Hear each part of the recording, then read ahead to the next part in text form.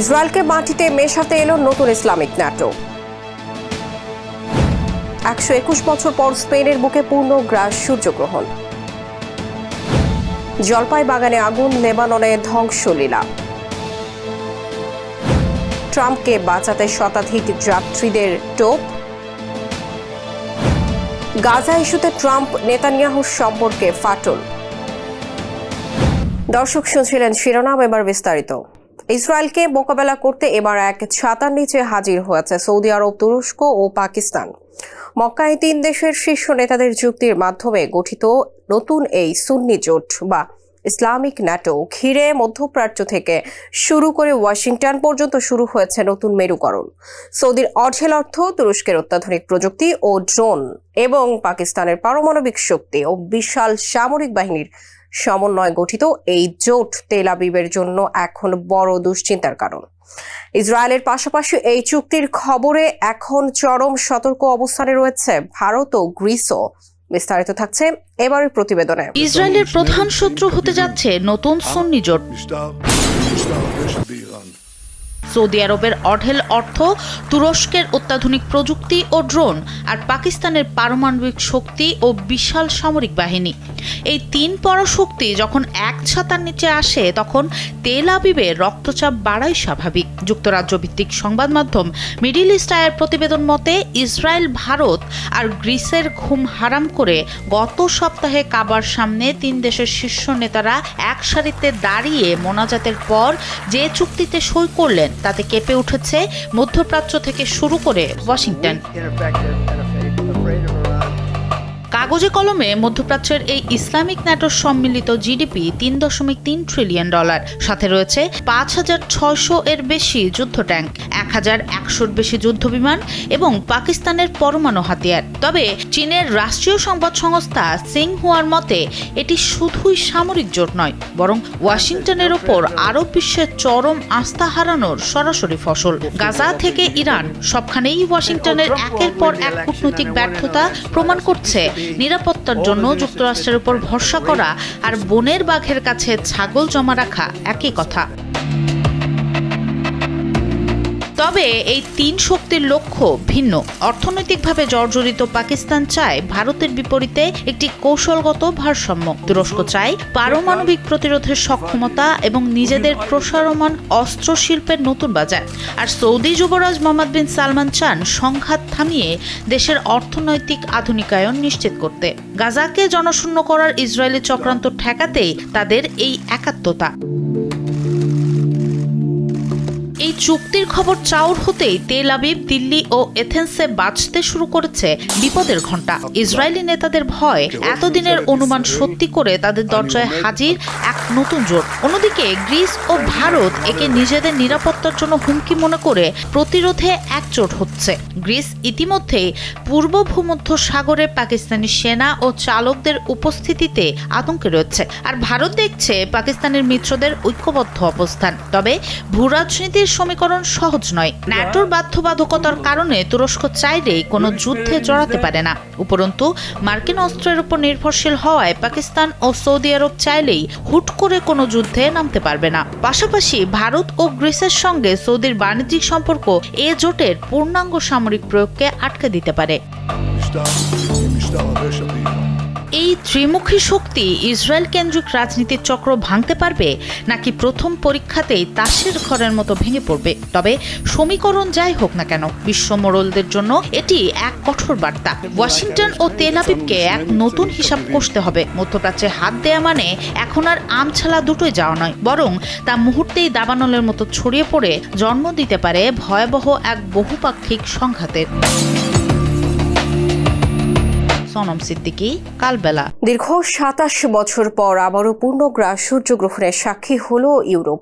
বিশেষ করে স্পেনের আকাশে দীর্ঘ 121 বছর পর দেখা মিলল দিন দুপুরে নেমে আসা ভুতুড়ে অন্ধকারের এই মহাজাগতিক দৃশ্য। নাসার তথ্য মতে পশ্চিম থেকে পূর্বে যাওয়ার সাধারণ নিয়মের বদলে এবারের গ্রহণটি অদ্ভুতভাবে উত্তর থেকে দক্ষিণমুখী পথ অনুসরণ করেছে। প্রাকৃতিক এই অলৌকিক রূপের সাথে স্পেনের উত্তর আফ্রিকান ছিটমহলে আটকে থাকা অভিবাসীদের অনিশ্চিত জীবনের এক অদ্ভুত মেলবন্ধন ঘটিয়েছে এবারের সূর্যগ্রহণ। দিন দুপুরে নেমে আসা এই আঁধার নিয়ে বিস্তারিত থাকছে এবারের প্রতিবেদনে। দীর্ঘ ২৭ বছর পর ইউরোপে দেখা গেল পূর্ণগ্রাস সূর্যগ্রহণ। এক বিরল ও অদ্ভুত দৃশ্যের সাক্ষী হলো বিশ্ব। স্পেনেও প্রায় ১২১ বছর পর প্রথমবারের মতো দেখা গেল এই পূর্ণগ্রাস সূর্যগ্রহণ। উত্তর আটলান্টিক থেকে শুরু হওয়া এই সূর্যগ্রহণ কেবল আকাশের বুক থেকে আলোই ছিনিয়ে নেয়নি, বরং প্রকৃতির চিরন্তন সৌন্দর্য আর ভূমধ্য সাগরের তীরে দাঁড়িয়ে থাকা হাজারো মানুষের অনিশ্চিত জীবনের গল্পকে মিলিয়ে দিয়েছে এক অদ্ভুত বিন্দুতে। ব্রিটিশ সংবাদ মাধ্যম বিবিসি সহ সব আন্তর্জাতিক গণমাধ্যমও ফলাও করে প্রচার করেছে মহাজাগতিক এই দৃশ্য। মহাজাগতিক এই গ্রহণটির গতিপথ ছিল বেশ ব্যতিক্রমী। নাসার তথ্য অনুযায়ী সাধারণত সূর্যগ্রহণ পশ্চিম থেকে পূর্ব দিকে গেলেও এটি অদ্ভুতভাবে উত্তর থেকে দক্ষিণমুখী পথ অনুসরণ করে এবং সুমেরু অঞ্চল থেকে শুরু হয়ে স্পেনের দিকে বাঁক নেয়। উত্তর আটলান্টিক মহাসাগর থেকে শুরু হয়ে গ্রিনল্যান্ড, আইসল্যান্ড, উত্তর রাশিয়া, পর্তুগাল এবং স্পেনের উত্তর ও ভূমধ্য সাগরীয় অঞ্চল অতিক্রম করে এটি। এছাড়া চাঁদের বাইরে হালকা ছায়া অতিক্রম করায় নরওয়ে, আলাস্কা, পূর্ব কানাডা, নিউ ইংল্যান্ড এবং পশ্চিম আফ্রিকার কিছু অঞ্চলে আংশিক সূর্যগ্রহণ পরিলক্ষিত হয়। পূর্ণগ্রাস সূর্যগ্রহণ কিভাবে ঘটে? চাঁদ যখন সরাসরি পৃথিবী ও সূর্যের মাঝখানে চলে আসে এবং সূর্যকে সম্পূর্ণরূপে আড়াল করে দেয়, তখন পূর্ণগ্রাস সূর্যগ্রহণ ঘটে। এর কেন্দ্রীয় ছায়াকে আমুদ্রা বলা হয়। নাসার মতে সাধারণত সূর্যগ্রহণ পশ্চিম থেকে পূর্বে গেলেও এটি অস্বাভাবিকভাবে উত্তর থেকে দক্ষিণমুখী পথ অনুসরণ করে সুমেরু অঞ্চল থেকে শুরু হয়ে স্পেনের দিকে যায়। গ্রহণ চলাকালীন আকাশ ক্ষণিকের জন্য অন্ধকার হয়ে যায় এবং সূর্যের সাধারণত লুকোনো বাইরের বায়ুমণ্ডল দৃশ্যমান হয়। স্পেনের সবচেয়ে বড় দর্শক গোষ্ঠী ছিল, যেখানে প্রায় ১.৫ কোটি মানুষ ভূপৃষ্ঠ থেকে এটি প্রত্যক্ষভাবে দেখে। এছাড়া ৩৩,০০০ ফুট উঁচুতে ইবেরিয়ার বিশেষ ফ্লাইটে বিজ্ঞানীরাও এটি সরাসরি পর্যবেক্ষণ করেন। অন্যদিকে স্পেনের উত্তর আফ্রিকার ছিটমহল সিউটাতে আটকে থাকা অভিবাসীরাও ভূমধ্য সাগরের উপর এই দৃশ্য দেখেন। এই বিরল মহাজাগতিক ঘটনাটি উপভোগ করতে স্পেনে ঢল নেমেছিল প্রায় ১.৫ কোটি দর্শকের। হাজার হাজার মানুষ ভূপৃষ্ঠে দাঁড়িয়ে এই দৃশ্য উপভোগ করার পাশাপাশি ৩৩,০০০ ফুট উঁচুতে ইবেরিয়ার একটি বিশেষ বিমানে চেপে বিজ্ঞানীরা সূর্যগ্রহণের গতিপথ ও ডেটা পর্যবেক্ষণ করেন। একদিকে প্রকৃতির অলৌকিক রূপ, অন্যদিকে বাস্তুচ্যুত মানুষের নিদারুণ বাস্তব সত্য দুয়ের মেলবন্ধনে ইউরোপের এই সূর্যগ্রহণ হয়ে রইল ইতিহাস ও আবেগের এক চিরস্মরণীয় দলিল। নাজমুন্নাহার উসবা, কালবেলা। যুদ্ধবিরতির আড়ালে এবার লেবাননের প্রকৃতি ধ্বংসের এক ভয়াবহ ছক কষেছে ইসরায়েল। আকাশ থেকে ফ্লেয়ার ও হোয়াইট ফসফরাস ফেলে দক্ষিণ লেবাননে ইচ্ছাকৃতভাবে দাবানল সৃষ্টির অভিযোগ উঠেছে। এই আগুনেরই মধ্যে হাজার বছরের পুরনো জলপাই বাগান সহ সম্মুখ সমরের কাছাকাছি এলাকার প্রায় ৩০ থেকে ৪০% সবুজ ভূমি পুড়ে ছাই হয়ে গেছে। ইসরায়েলি বাহিনী সতর্কতামূলক সামরিক অভিযান চালানোর দাবি করলেও এই আগুনে মারাত্মক হুমকির মুখে পড়েছে এই অঞ্চলের জীববৈচিত্র্য। লেবাননের প্রকৃতিতে ইসরায়েলের এই ধ্বংসলীলা নিয়ে বিস্তারিত থাকছে এবারের প্রতিবেদনে। লেবাননে আকাশ থেকে ফেলা হচ্ছে ফ্লেয়ার ও সাদা ফসফরাস শেল। ইসরায়েল নির্মমভাবে ধ্বংস করেছে সেখানকার পরিবেশ ও প্রকৃতি। যুক্তরাজ্যের বিখ্যাত পত্রিকা দ্য গার্ডিয়ানের এক প্রতিবেদনে বলা হয়েছে, দক্ষিণ লেবাননে ইচ্ছাকৃতভাবে দাবানল সৃষ্টি করে এক ধরনের পরিবেশগত গণহত্যা বা ইকোসাইট চালানো হচ্ছে। পরিসংখ্যান বলছে, সম্মুখ সমরের কাছাকাছি এলাকায় প্রায় ৩০ থেকে ৪০% সবুজ ভূমি ইতিমধ্যেই এই ভয়াবহ আগুনের গ্রাসে চলে গেছে। হিজবুল্লাহর সাথে যুদ্ধবিরতি শুরু হওয়ার পর থেকে প্রতিদিন হাজার বছরের পুরনো জলপাই বাগান ও ফসলের বিস্তীর্ণ মাঠে এই আগুন লাগানোর ঘটনা ঘটেছে। স্থানীয় জরুরি পরিষেবা কর্মী ও পরিবেশবাদীদের দাবি, বন ও কৃষি জমি পুরোপুরি ধ্বংস করার নিখুঁত উদ্দেশ্যেই আকাশ থেকে এই ত্যায্য পদার্থগুলো ফেলা হচ্ছে। এই আগুনে কেবল সাধারণ গাছপালা পুড়ছে তাই নয়, বরং মারাত্মক হুমকির মুখে পড়ছে ওই অঞ্চলের অমূল্য জীববৈচিত্র্য এবং কৃষি নির্ভর অর্থনীতি। অবশ্য ইসরায়েলি সামরিক বাহিনীর দাবি, তাদের এই সামরিক অভিযানগুলো যথেষ্ট সতর্কতামূলক ব্যবস্থা মেনেই পরিচালনা করা হচ্ছে।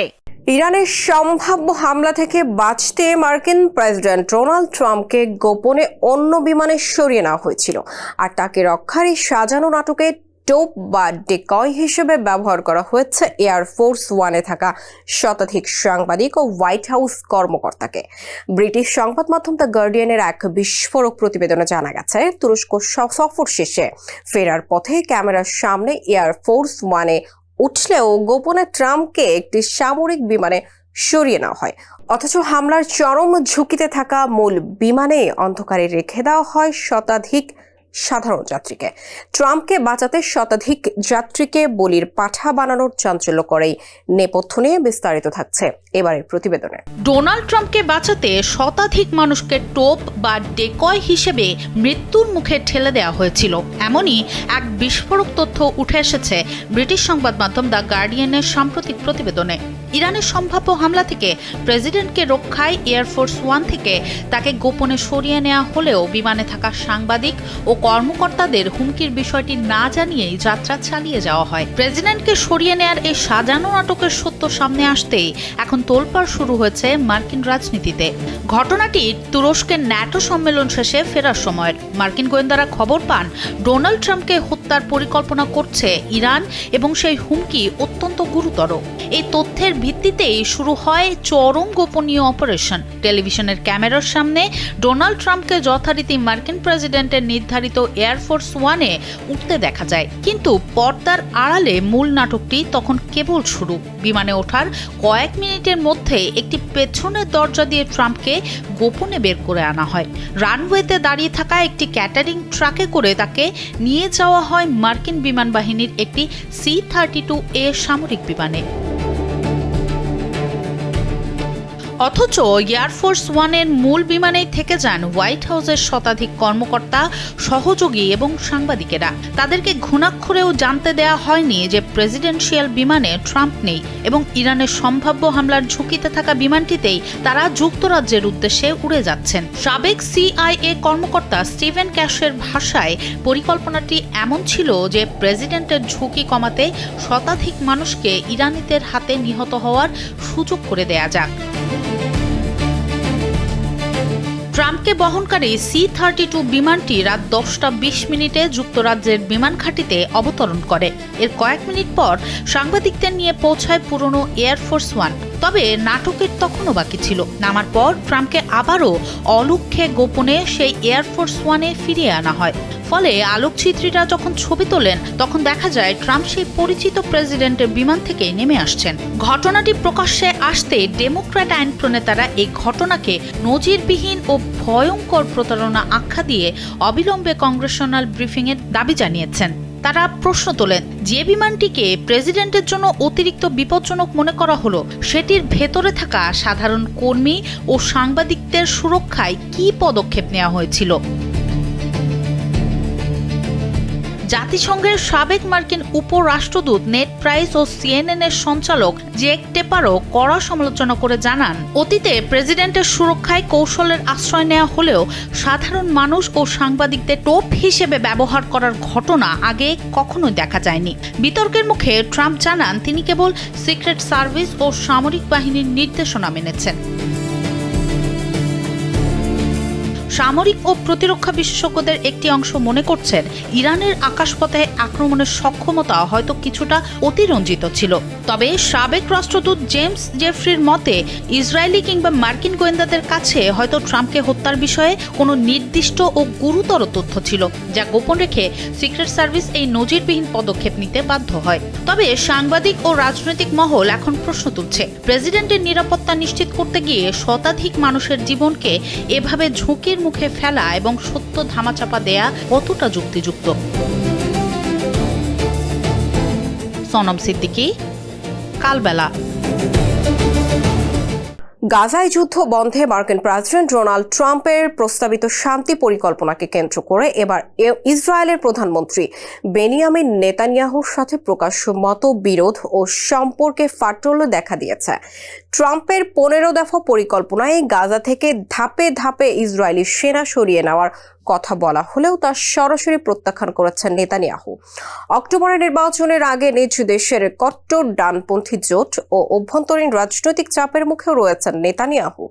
গাজা ইস্যুতে দুই দেশের শীর্ষ নেতার এই ভিন্ন অবস্থান ও ক্রমবর্ধমান দূরত্বের নেপথ্যের বিস্তারিত থাকছে এবারের প্রতিবেদনে। বাইরে থেকে এখনো সম্পর্ক খুব ভালো, কিন্তু ভেতরে ভেতরে কি দূরত্ব বাড়ছে মার্কিন প্রেসিডেন্ট ডোনাল্ড ট্রাম্প ও ইসরায়েলের প্রধানমন্ত্রী বেনিয়ামিন নেতানিয়াহুর মধ্যে? আল জাজিরার প্রতিবেদন বলছে, গাজা যুদ্ধ থামাতে ট্রাম্পের প্রস্তাবিত শান্তি পরিকল্পনায় নেতানিয়াহুর আপত্তির পরই নতুন করে উঠেছে এই প্রশ্ন।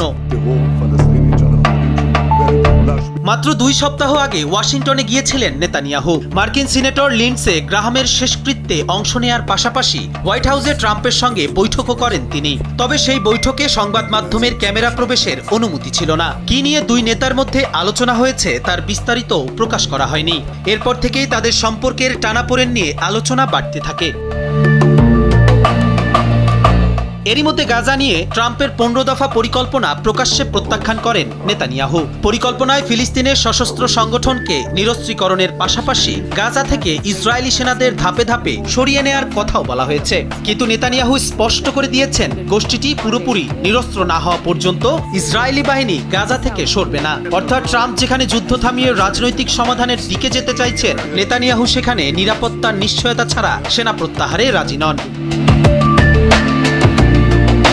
মতবিরোধের পেছনে রয়েছে নেতানিয়াহুর ঘরোয়া রাজনৈতিক চাপ। অক্টোবরের নির্বাচনের আগে তার অবস্থান খুব একটা শক্ত নয়। তার ডানপন্থী সমর্থকদের বড় অংশ ট্রাম্পের পরিকল্পনার বিরোধিতা করছে। এমনকি নেতানিয়াহু সরকারের কঠোর ডানপন্থী মন্ত্রীরাও পরিকল্পনাটি বাতিলের দাবি জানিয়েছেন। ফলে ট্রাম্পের প্রস্তাবে রাজি হলে নিজের রাজনৈতিক ভিত্তি দুর্বল হওয়ার আশঙ্কা রয়েছে নেতানিয়াহুর। অন্যদিকে ট্রাম্পও মধ্যপ্রাচ্যে দীর্ঘ সংঘাতের বদলে কূটনৈতিক সাফল্য দেখাতে চাইছেন। ইরান যুদ্ধের সময়ও দুই নেতার অবস্থানে পার্থক্য দেখা গিয়েছিল।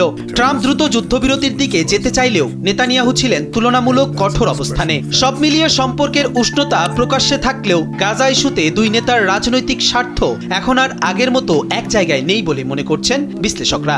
ট্রাম্প যেখানে যুদ্ধের অবসান ঘটিয়ে কূটনৈতিক সমাধানের পথে এগোতে চাইছেন, নেতানিয়াহু সেখানে ফিলিস্তিনের সশস্ত্র সংগঠনকে পুরোপুরি নিরস্ত্রীকরণ না করে কোনো ছাড় দিতে রাজি নন। ফলে একই ইস্যুতে দুই নেতার অবস্থান যত স্পষ্ট হচ্ছে, তাদের দীর্ঘদিনের ঘনিষ্ঠ সম্পর্কেও ততটাই ফাটলের ছাপ দেখা দিচ্ছে। এখন গাজা নিয়ে আলোচনা কোন দিকে এগোয়, এই মতবিরোধ তাদের সম্পর্কের কতটা প্রভাব ফেলে তার দিকে নজর বিশ্ব কূটনীতির।